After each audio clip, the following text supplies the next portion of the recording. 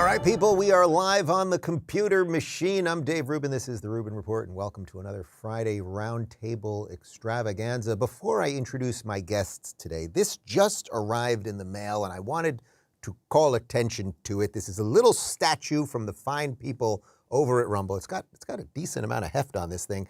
This is to commemorate 250,000 subscribers on Rumble, which we hit like 2 weeks ago, but as of today, like within the next few minutes, if you people do what I need you to do, we will cross 400,000 today.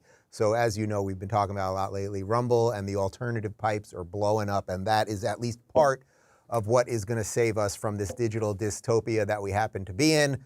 And I think we'll talk a bit about that with today's guests. Joining me today is the CEO of Florida's Voice, Brendon Leslie, and the host of News and Why It Matters on Blaze TV, Sara Gonzales. Brendon, Sara, welcome to the Rubin Report. Thanks for having us. I appreciate it, Dave. I'm excited. Brendon, you are a Rubin Report rookie, so I will give you 30 seconds to tell people about Florida's Voice, what you're doing. You're an actual journalist. I can actually say that without putting air quotes around it. I know it's actually weird to see these days. I worked in TV news, I worked in the corporate media, and it sucked. It really is fake news. So I quit and I said, watch me do my own thing better. And we built our own thing in Florida's Voice, and we're just reporting everything that the mainstream media doesn't. And our motto over at Florida's Voice is to redefine the mainstream media. So that's what we're doing here in Florida. And on a personal note, everyone knows how much I love Southwest Florida, which of course is where Hurricane Ian hit, and you did unbelievable work throughout that to help the people of Fort Myers and Naples and the whole area. So happy to have you here. And Sara, every Rubin Report viewer knows you already. Is there anything you'd like to say before we begin?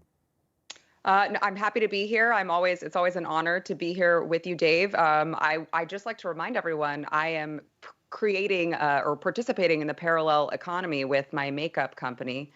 You see, I'm wearing a nice red lip. It's called Huge Lips, and you can find it over at AmericanBeautyBySara.com. Wow. Can I get some of that lip stuff? You're allowed to. I mean, we do cater to women, and we are proud to be women, and we want to empower women. But I mean, if you want some, you can. But what is a woman, really? You know?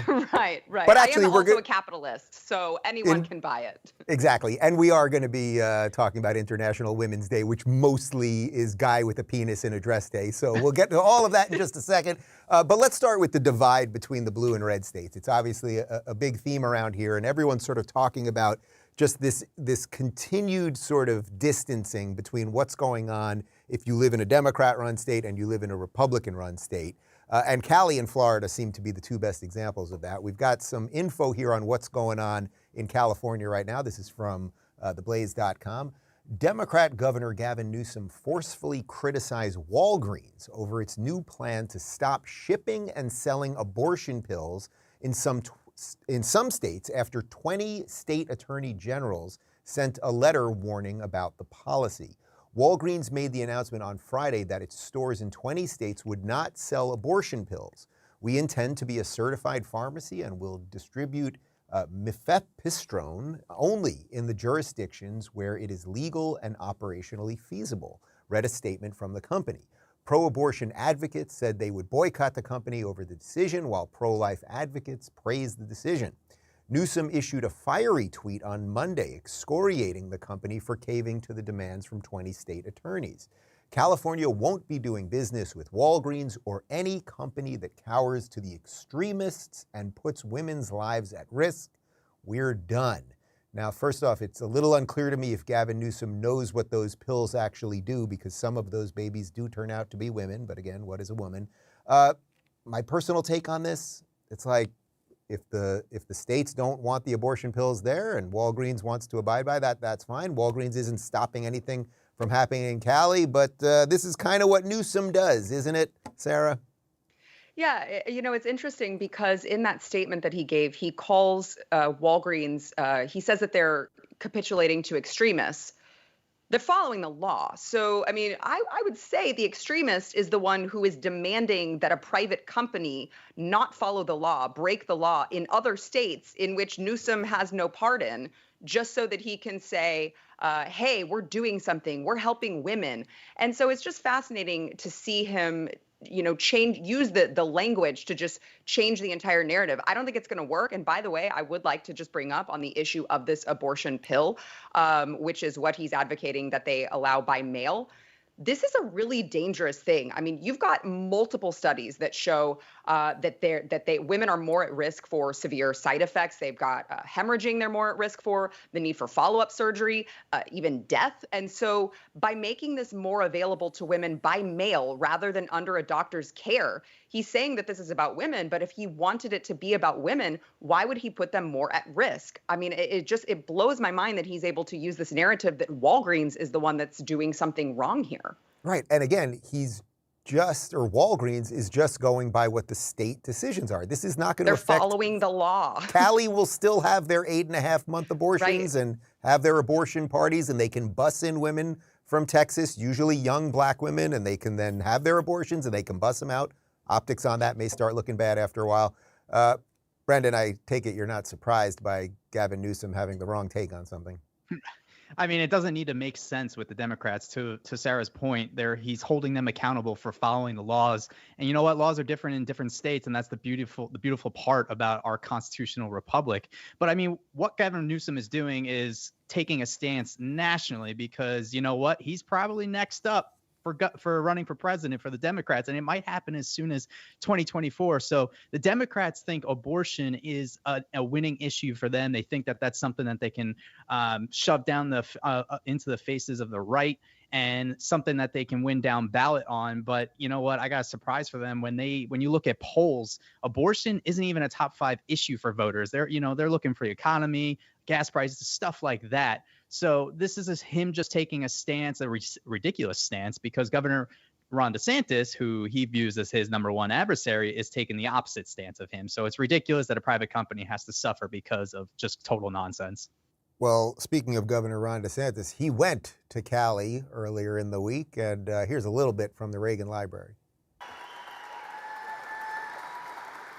I know you guys got a lot of problems out here, but your governor's very concerned about what we're doing in Florida, so I figured I had to come by.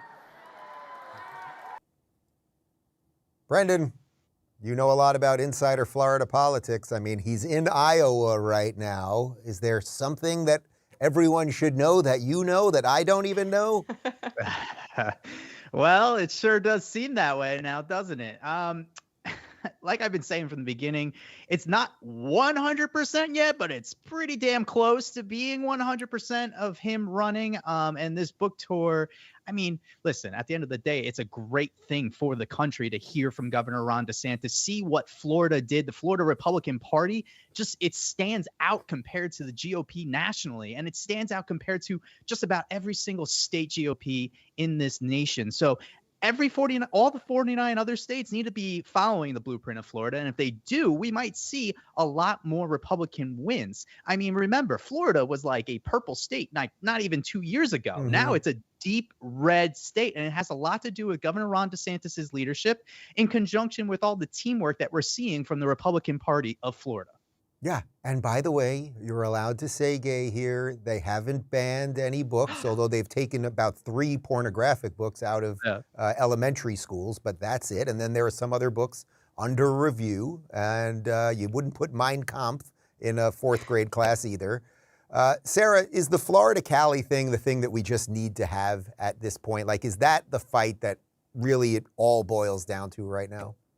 I mean, I think that it does. It's a really, really good contrast of what works and what doesn't. And I think DeSantis is very smart for writing this book, giving the blueprint, and then touring, regardless of whether or not he runs, right? Mm-hmm. Whether or not he runs, one thing remains clear. He has, as Brendon pointed out, completely transformed Florida. He won his first election by less than a percentage point. And look at how much he has done. To a meth addict. Right. Oh, and Literally. a socialist, a democratic socialist. He ran as a democratic socialist, did he not? Yeah. Yeah. So Florida was that close to handing their whole state over to a democratic socialist, and they didn't. And now, clearly, they're happy with that decision. So I think that it's smart to do the contrast, because Over here, you have Ron DeSantis, who has completely transformed Florida into a heavily red. I mean, I would argue that you guys are more red than we are here in Texas. Yeah. Everyone thinks that Texas is some deep red state. Not anymore. Ron DeSantis has done what needs to be done while Governor Abbott just sits around. So to have that contrast between Ron DeSantis doing what needs to be done in Florida and Gavin Newsom, who had a mass exodus of people. I know I'm preaching to the choir here, Dave. A mass exodus of people who left because he was so tyrannical, he almost got recalled. You've got crime, insane amounts of crime. You've got the homeless crisis. You've got all of these problems in California because of the Democrat policies and because they're so tyrannical. It's so smart to make that contrast, to show people this is what happens when you go conservative. This is what happens when you go left. And let the people make that decision. Devil's advocate here, Brendon, for a second to close this one out. To me, the best argument against DeSantis as a Floridian is I care more about the states at this point. The laboratories of democracy are working. The big thing isn't working. And it may be so corrupt that even a guy like him can't fix it. So as I think you're a lifelong Floridian, right? No, I wish. I'm actually a New Yorker. You can't tell, and I'm very proudful of that. Wow. All right. So you're a refugee yourself, but so as a Floridian, though, that's someone that's now very ingrained in what's happening here in Florida. Is that the best argument against DeSantis running? That we've got grade A stuff right here, and maybe we don't want to just send it right through the grinder? No, it's a terrible argument. No offense. But Governor Ron DeSantis has done a great job in Florida. And Florida actually has a deep bench of candidates that can take up this mantle that Governor Ron DeSantis has put together here in Florida. I mean, Congressman Byron Donalds is a potential, Ashley Moody, Wilton Simpson, the ag commissioner. There's plenty of people that will continue that conservative legislation, that governing moving forward. And Floridians, you see it. You see the federal impacts here locally with gas prices, egg prices, the supply chain. Just because we have a great governor doesn't mean we're not feeling those impacts from the babbling buffoon we have in the White House right now. So I would argue that there really is no argument. Governor Ron DeSantis should have a chance to become president one day, whether it's in 2024 or 2028, and Floridians should be embrace that. Right. Although the hardcore Trump people seem to want the rhino globalist to wait to 2028. Then they'll be okay with him. But we shall see. Anyway, let's move on. The big thing yesterday, which obviously hits very close to home around here, were these hearings at the Capitol about the Twitter files. And they had two actual journalists that I don't have to put air quotes around, Matt Taibbi and Michael Schellenberger. These guys are lefties. They are lifelong lefties. Taibbi, I would say most of his life, a far lefty. Schellenberger, maybe a little more of a moderate, but no doubt these are not Republicans. These are not conservatives. Anyway, they got just attacked and smeared by the Democrats during this absolute sham of a hearing. Take a look at this. Here's a little battle between Jim Jordan and this. I did not know this woman before. This is Stacey Plaskett, and she's going after the sources for these guys. I mean, it's just incredible. Did Mr. Musk contact you, Mr. Taibbi? Again, the attribution for my story is sources at Twitter. Mr. Schellenberger, did Mr. Musk contact you? Actually, no. I was brought in by my friend Barry Weiss, and so this story, there's been a lot of misinformation. So Mr. Weiss brought you in. Mr. Taibbi, Ms. Weiss, thank you. Mr. Taibbi, have you had conversations with Elon Musk? I have. Okay. Mr. Taibbi, did Mr. Musk place any conditions on the use of the Would the gentlelady yield for a second? As long as my time is not used. Are you trying to get journalists No, to I'm not trying to expose get, their no, sources? I'm not. Well, I it am sure sounds asking, like it. no, and to praise him for his work. This isn't just a matter of what data was given to these so-called journalists before us now. There are many legitimate questions about where Musk got the financing to buy Twitter. My name is Matt Taibbi. I've been a reporter for 30 years and a staunch advocate of the First Amendment. Much of that time was spent at Rolling Stone magazine. Ranking Member Plaskett, I'm not a so-called journalist. I've won the National Magazine Award, the I.F. Stone Award for Independent Journalism, and I've written 10 books, including 4 New York Times bestsellers. I'm now the editor of the online magazine Racket on the independent platform Substack. I mean, there's so much here, it's incredible. First off, she doesn't know that Barry Weiss is a woman, so she doesn't know who Barry Weiss is. I mean, to be at a hearing about the Twitter files, I mean, Barry was one of the people that have released one of the original ones. She's well known in these circles. So put that aside. Then she calls them so-called journalists. As Taibbi pointed out, they are not so-called journalists. They are actual journalists. And the fact that she's going after sources, which is the biggest no-no in journalism, which is almost dead, but not completely. Sarah, like, just clown show 101. Like, what else could we say?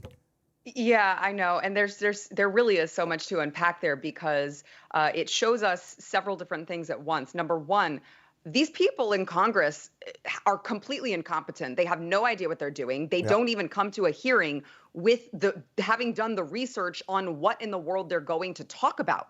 I mean, you also later in that hearing, I think it was Representative Sara Gonzales who was like, well, I have this here, a Substack. I don't know what is a Substack. I don't know what that is. Like, they don't even read any of this beforehand. They just come in with a narrative to push because they believe that they are the elites and we are not. And we are not allowed to know when they are collaborating with a private company to shut down speech. We're not allowed to know these things. And so that's why she's trying to discredit Matt Taibbi. She's calling him a so-called journalist. They don't think that we should be allowed to know how far the corruption goes. And I just, it's laughable at this point that they think that they're so far above us. And I think that they're so arrogant. They've gotten so arrogant about having these partnerships with these private companies because remember, we don't know what the hell's going on at Facebook, right? We don't know what conversations they're having with Mark Zuckerberg and his team. We only know this because of Elon Musk's takeover. And so I think that they've gotten so arrogant in running this entire country quietly through these private companies that they never thought that all of this information should be made public. So now that it is, they want to intimidate journalists and they want them to know that we're going to push you to tell us your sources. I mean, you saw even Pete Buttigieg had the Daily Caller reporter that was following him and he made sure to say, can I take a picture of you? I mean, they are trying to intimidate journalists into being scared of reporting the truth. I think that that's very clear with this regime now. You know, to your point on what we don't know related to Facebook and YouTube and everything else, it's like it obviously was happening at Facebook and YouTube, meaning government intervention. Like there's simply, well, we know Facebook for sure because Psaki admitted it, I think last summer. So there's no doubt it was happening at YouTube too. But now because we haven't done anything about it for months, God only knows what they've, digitally put through the paper scrapper and everything else. Brendon, is the white pill on all of this? Like, nobody believes them. Nobody watched that. I didn't see anyone online that watched that was like, boy, those Dems, they're doing a great job with this thing. I'm glad that is the take because honestly, I look at this from a First Amendment as a journalist perspective. What they're doing, making a journalist testify about their story. I mean, that's big government bullying private citizens into submission, just like what Sarah was saying. That's ridiculous. And I saw that clip with the Daily Caller reporter with gay Mayor Pete. These people don't want to accept actual journalism and the hard questions, and then they go turn around and argue that Governor Ron DeSantis or Donald Trump are the fascists when these people are bullying reporters left and right. I mean, I had an instance. We had Charlie Crist when he was running for governor against Ron DeSantis and then got his ass kicked by 20 points. He was soliciting donations from Hurricane Ian victims here in Fort Myers. He was saying, hey, if you're a Hurricane Ian victim, tell me your story. And then when you go click on the link, it's like, oh, chip in $5 for my campaign. And I was the only journalist to ask that question. And I take it personally because I'm from Fort Myers. So I go and meet up with Charlie Crist at his event where he was supposed to be handing out supplies. And he wasn't. He was just doing a photo op. And I went up to him. I said, hey, Charlie, like, why are you soliciting donations from Hurricane Ian victims? And the response was his goons. Yeah, they basically pushed you out. Yeah. Yeah, they were screaming and spitting in my face. His goon was like shoving me and trying to get me away from Charlie, saying that I touched him. But when you go and watch the video, I didn't even come anywhere near to touching him. I might have grazed his hand on accident because he got into my personal space. But they lose their mind because they can't answer the real question. We see it time and time again from every single Democrat. How many times did Sarah embarrass Beto O'Rourke asking real questions? I mean, they're just complete. It's all nonsense. Right. Or Sarah, you've been going to the drag shows in Texas, which the idea of a kids drag show in Texas of all places, like it's just all so crazy. But I want to show you one other clip from the hearing because Jim Jordan, who I think has really become an all-star on this stuff, like he really is fighting the good fight right now. Obviously, Congressman from Ohio.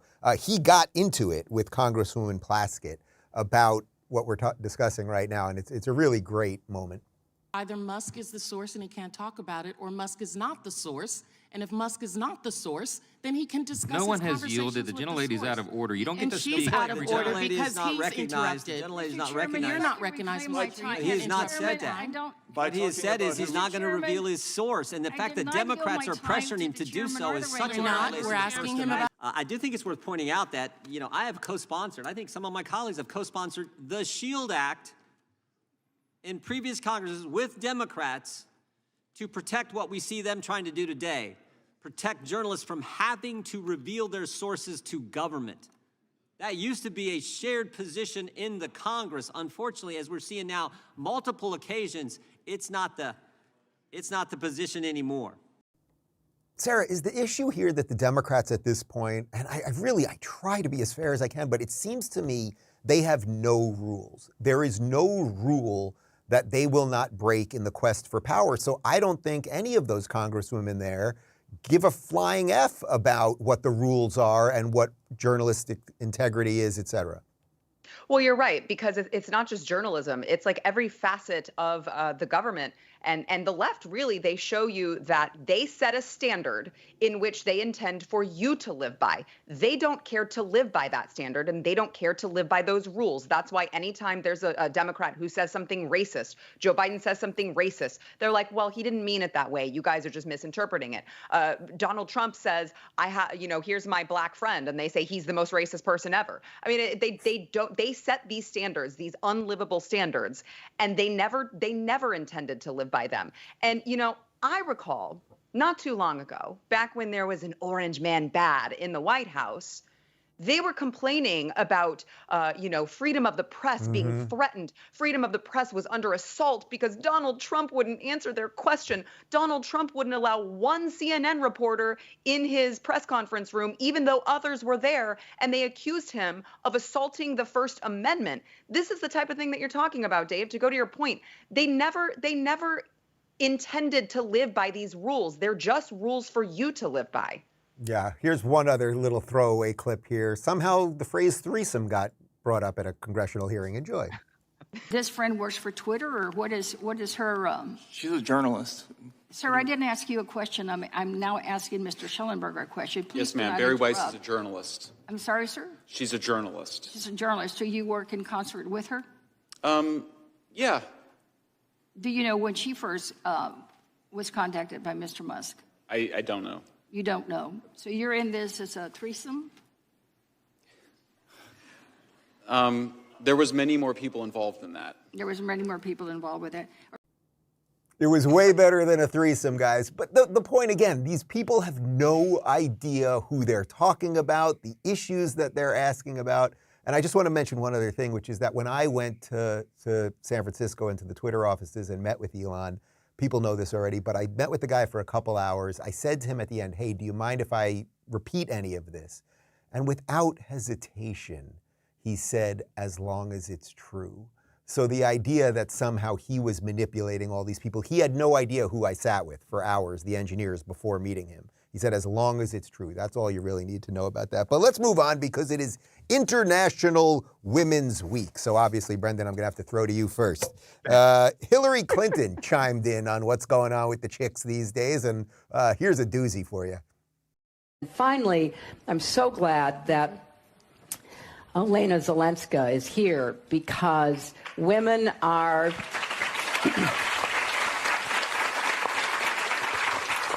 Women and children are the primary victims of conflict and of climate change, and there is no place that unfortunately, tragically shows us that more dramatically than Ukraine today.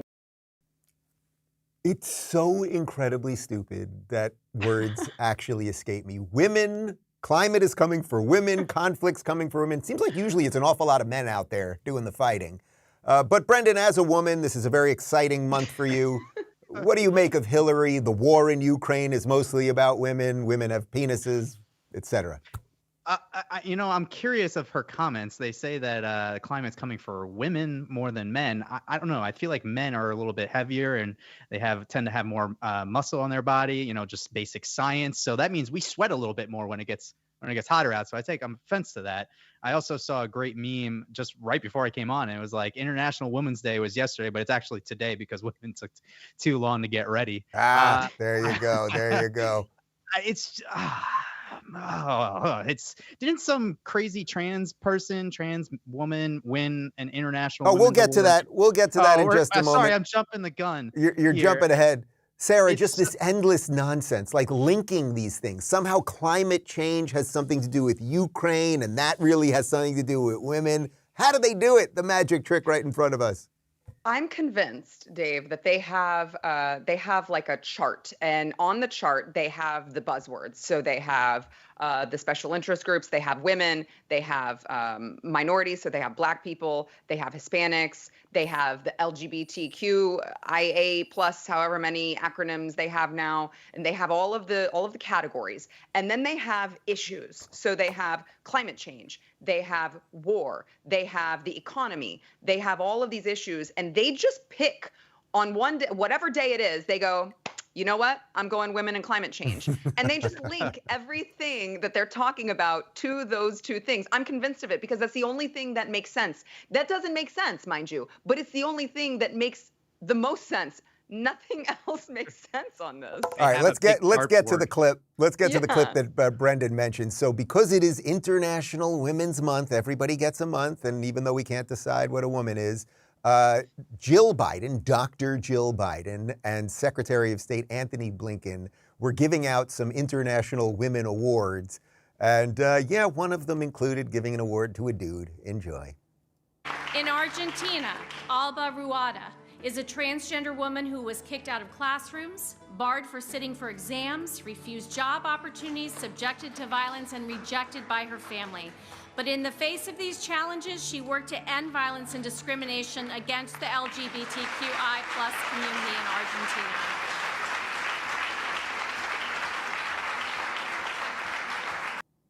You could see that Blinken wanted to go for tongue there, couldn't you, Brendon? He was definitely making the move. Well, what better way to accept this thing as a woman than for Blinken to just go full-on tongue makeout with it? We're literally fighting with the devil. This is what is happening in society, and it's so infuriating because how long did women fight to just get an even playing field for years? And then when they finally get it, in comes the Democrats with a wrecking ball like Miley Cyrus, just ruining it and just destroying everything that it is about being a woman. You know what's interesting? I feel like we never talk about trans men. It's always trans women that is a thing. So that's very curious to me, and it's such a slap in the face. I really hope I become a dad one day, but I really hope it's not to a girl because I don't know how I'm going to explain all this craziness to her one day. It's just so sad.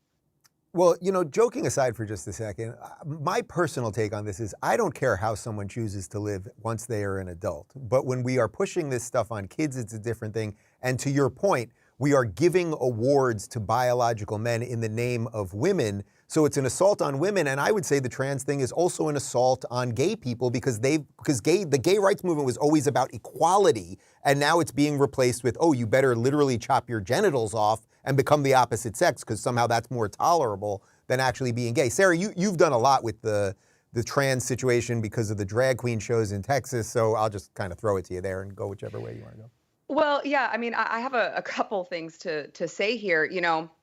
It's fascinating that for all this time, the left wanted to talk about the patriarchy. The patriarchy is taking things from women. Can you think of a more representative example of the patriarchy than men literally replacing us in everything? It's maddening, all of these feminists that are like, yay, I'm so happy that men are replacing us and taking our awards and our scholarships, and they're invading our bathrooms. They are literally, this is the erasure of women. And I don't understand the radical feminists who, as Brendon pointed out, fought for so long to for what they called equality, just to sit back and watch all of these men take over. They think that, slapping on a bunch of makeup and putting on some fake breasts is going to make them a woman. It's so maddening to me because womanhood, I mean, we are uniquely made.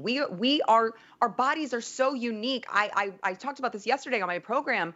I can grow human life right? And then I can birth those babies. My organs shift in my body. They know exactly where to shift so that my womb can expand. And after I deliver the baby, my organs know how to shift back. My body knows how to produce milk for my babies that give my babies just the right nutrients that they need. These are all unique traits about women. And these men will never be that. And it's just so frustrating to see people cheer along like they don't understand that. It's like no one on the left is willing to say, we know this. They know this. They all know this. But they're too scared of being called transphobic or whatever phobic that they just sit here and cheer it along. I got to tell you, it's getting pretty scary out here. As Brendon mentioned, he said he didn't want to have a girl.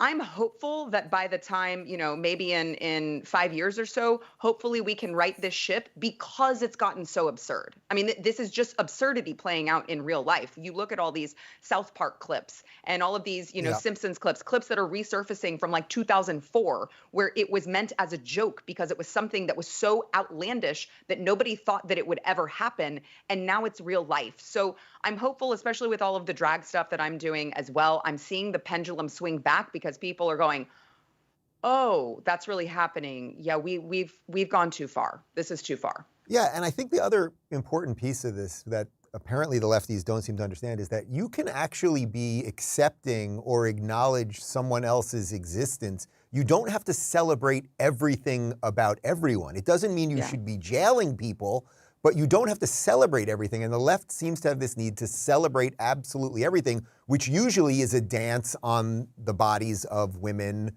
or other minorities or whatever. But let's move to one other thing, because we are rolling into this 2024 situation. This thing never ends. And there are some legitimate questions, I would say, about the mental acuity of Joe Biden. So Dr. Jill, we've got another Dr. Jill clip. Dr. Jill, who Whoopi Goldberg said should be the Surgeon General, which is, she was asked about Joe Biden's mental fitness, and this answer is just incredible. Nikki Haley, one of the Republican candidates, is calling for mental competency tests for those politicians over the age of 75. What do you think about that? Ridiculous. Would your husband ever take one of those? I mean, we haven't even discussed, we would never even discuss something like that. We would never discuss something like that. Let's put aside 2024 or Joe Biden being president. If you, let's say, Sarah, I'll go to you first on this one. If you were married, you're married now, but I mean, when you're 75 and you and your husband have been married for 50 some odd years, if you noticed that he was forgetting things constantly, often seemed to not know where he was slurring words, couldn't remember things, would give up in the middle of sentences, putting aside what his job was if he wasn't retired at that point, would you maybe discuss going to the doctor with him? Would that be or would that just be a dick move? Yeah, I mean, I would say the dick move is the elder abuse that Jill Biden is committing right now by not doing that. I mean, she pushed her husband into this. She was constantly trying to, make excuses for him and tell reporters not to ask questions, get in between the mix because she was trying to cover the fact that he is incapacitated, as we all can see, because we all have ears and eyes and we can see it. So, I mean, I guess she wouldn't discuss it with him because she knows that his brain is already pudding and the dementia has already set in and there's no point in discussing it, because if she did discuss it, she would have to reveal that she's known this for a very long time and pushed him into it anyway, which is not what a good spouse would do, obviously. But it's really interesting to me that the mainstream media, who carried water for this guy, they let him campaign from his basement. They asked him softball questions. I mean, they helped him into this. And now all of a sudden they want to turn around and be like, oh, well, we didn't know. How could we have known that this guy is so, he can't remember anything. And as you mentioned, he's slurring his words. He's tripping up the stairs. His son is a crackhead. How could we have possibly known any of these things? It's fascinating to watch the mainstream media now start to turn on him, now start to ask these tough questions that I don't think that the Bidens were prepared for. Well, what's also interesting is there's such an easy way to end this immediately, which would be somebody with balls, maybe Peter Doocy, because he seems like he's the only one at the press conferences, to just flat out say, Hey, Corinne, yes or no, is the president on medication for his memory? Yes or no? Don't ask it in any kind of other ancillary fancy way. Yes or no? And she'll say she doesn't know and refer you to the doctor. But that would at least start it, because he's obviously on something. When they get him at a debate, he obviously has taken something. He's sometimes very cogent and sometimes not. It's a sad reality. He's the pilot of the plane. I wish he knew how to fly. So whether I like where we're going or not with this guy, Brendon, doesn't surprise you, right? I mean, she's run cover, as Sara said. Oh, absolutely. And what infuriates me even more is one time Donald Trump held a glass of water awkwardly, and the media was out for his head and saying he needed to take a mental test of some sort. And now we're not going to do it with Joe Biden. And like Sara said, they were carrying the water for him. I think the corporate media and the Democrats are in cahoots. They're working together. We know that it's happening. So I think everyone thought that things would go a little bit better than what is happening right now under a first-term President Biden. It's been just a complete catastrophe. Everywhere you go, it's horrible. I mean, you couldn't even predict it to be this bad. So because of that, now you start seeing the sprinkle of those hard questions, because maybe, just maybe, there is some sort of plan to get Biden out and Gavin Newsom in for the 2024 election. Because let me tell you, if a guy like Ron DeSantis is on the debate stage with Joe Biden for a debate in the 2024 election, Ron's going to run away with it in a landslide. And they know that. They do know that. That's why everyone's coming after Ron DeSantis these days, because they view him as a threat. So maybe they're going to start sprinkling in the questions, and they might get a little bit harder and harder and harder and more often the closer we get, and we'll see what happens. But it sure seems like Gavin Newsom is considering a 2024 run. Well, if it isn't Joe Biden and it isn't Gavin Newsom, it might just be the Crystal Lady, because Marianne Williamson, everyone remembers her. She's back in. She's going to run. And check out a little bit of this interview. She's asked why she wants to be. Are we not going to play this clip? I'm being told we are not going to play this clip. Oh, no. Can I say something really yeah, quick? Yeah, say something about all right, I I think something happened here. The clip might have got corrupt or something. So go ahead, Sara. Okay, well, so, I mean, you're talking about, Gavin Newsom or Marianne Williamson or whoever it may be. The question for me is, how do you gracefully get rid of not just Joe, but you guys, Kamala is over there. She's already VP. You guys have already heralded her as like the first woman, the first Indonesian, the first, all of these boxes. Kwanzaa celebrator. Don't forget, she celebrated Kwanzaa. How do you gracefully dump Joe and Kamala and replace what Kamala, you would assume Kamala would be the next in line, and replace her with a white man? How do you gracefully do that? What are the optics of that when you're the Democrats? I don't know how they get there. Well, Sara, Democrat privilege is getting away with everything. Brendon, go ahead. Yeah, I was gonna say, I mean, look, the media convinced us that Joe Biden was the next Messiah, right? I mean, they can easily convince that Gavin Newsom is much better than Kamala Harris. They can't have her run. They know that's horrible. And she's just gonna go away quietly, I guess. Literally. I mean, the people that are watching this stuff, they believe them. And they believe that Joe Biden was the best option for president. They'll believe him that Gavin Newsom is the next guy. I'm not too worried about that. It's well, the you free guys thinkers like us that don't buy it. You're in luck, because we have uncorrupted the file to show you another great thinker. Here's Marianne Williamson.